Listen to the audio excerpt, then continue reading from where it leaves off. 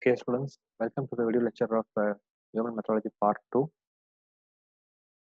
In this video, we are going to discuss about the Booch methodology. So, it helps to design the system using object diagram. Booch methodology covers the analysis and design phase of the object-oriented system. Generally, it's having a criticism because it contains a large set of symbols, but the designer never use all these symbols and diagram. Start with class and object diagram in the analysis phase and refine this diagram in the various steps.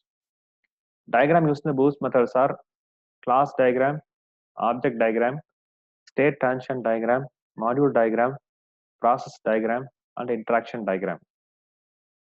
So see this example. This is object modeling notation using object modeling using Booch notation. The cloud shape are the classes. The dark arrow shows the superclass subclass relationship.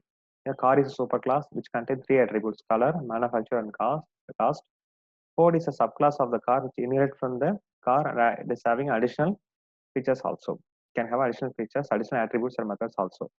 Mustang, Taurus, and Escort are the subclass of the Ford which inherit from the Ford class. This is the object modeling using the Booch notation. Booch methodology prescribes a macro and micro development process. The macro development process, which serves as the controlling framework for the micro process, it takes weeks or even months for the development. The primary concern is the technical management of the system. It contains the 5 steps. The macro development process, first step is conceptualization, which focus on establishing core requirement, establish the goal and develop a prototype. The second one is analysis and development of a model. Use class diagram to describe the roles and responsibility of the object in the system, which uses the object diagram or interaction diagram to describe the behavior of the system in terms of the scenarios. So roles and responsibilities are behavior decided in the analysis and development of the model. Third one is design and create a system architecture.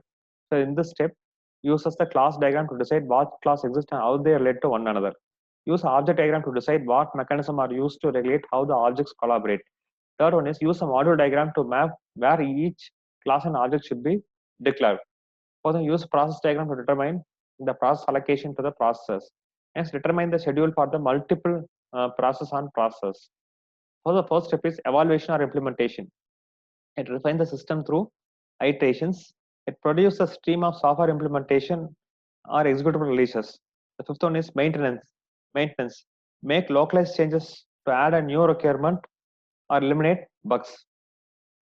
Micro development process. Each macro development process has its own micro development process. Every macro development process is having a own micro development process. It describes the day-to-day activities of the small development team. It consists of the following steps: identify the class and objects, identify the class and object semantics, identify the class and object relationship, identify the class and object interfaces and or implementation. Next one is Jacobson methodology, which contain object-oriented business engineering, object-oriented software engineering, object tree. That means object factory for the software development. These cover the entire life cycle. It do the traceability between the different phases of both the forward and backward direction. Use case concept is the heart of the methodology. The use cases, which specify the behavior of the system or a part of a system. Use cases is a description of a set of sequence of action. It's a scenario for understanding the system requirements. It's an interaction between the user and the system. It captures the intended behavior of the system without specifying how the behavior is implemented. It helps to come to a common understanding with the system's end user and the domain expert. So here a library use case, two actors. The man sub is a actor, member, and the supplier. Member is performing 4 use cases: checking out for books, getting an interlibrary loan. That means with this help of the library to get a book from some other library. Doing research, he can use the library for doing a research. He can use the library for reading a books or newspaper. The supplier is performing a supplier of the library performing only one use case is purchasing supplies. Use case described as one of the following was contain the non-formal text with the no clear flow or events. A non-formal text with no clear flow or events. Second one is a text which is easy to read but clear flow of events to follow. This is recommended style. Third one is a formal style using a pseudocode. The use case description must contain how and when the use case begins and ends, the interaction between the use case and its actors, how and when the use case will need the data stored in the system, how and when the concept of the problem domain are handled. The use case model implies the extend and users relationship. Very simple. Extend means inheritance. One use case is inherit from the another use case is extend. Users means after one use case is using the another use case. It's not inheriting anything. Okay, it's using another use case. The extend relationship is used when you have one use case that is similar to another use case but does a bit more. The users relationship reuse the common behavior of the different use cases. Abstract use case has no actor initiating it, but it is used by the another use case. So example, the borrow books. A member is an actor.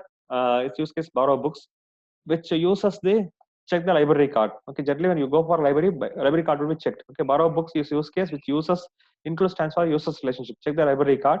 The circulation tech generally perform the checking the library card and get an interlibrary loan which extend the borrow books. It is use case is similar to borrow books, but borrowing a books from the some other library with the help of this library. So the get interlibrary loan will extend the borrow books. Next one is object-oriented software engineering. Object-oriented software engineering, OOSE, is called object tree.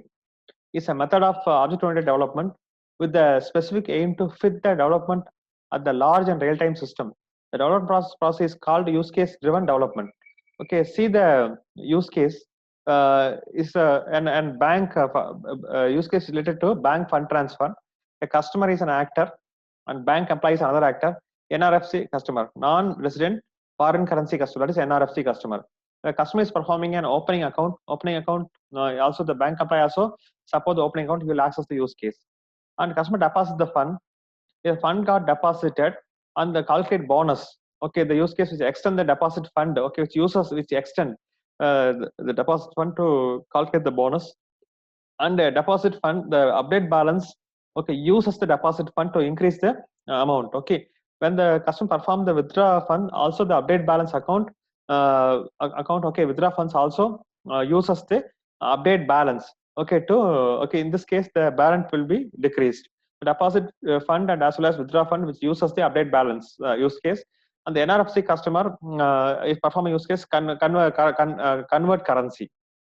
So up to this, we will discuss the object. We'll discuss the object. One more thing, object-oriented software engineering, which uses the use case model. Use case model expressed in the domain object model. Use case model is structured by the analysis model. Use case model is released in the design model. Use case are implemented by implementation model. Use case tested in testing model. So after this, remaining we will discuss in the forthcoming video lecture. Okay, so thanks for watching the video.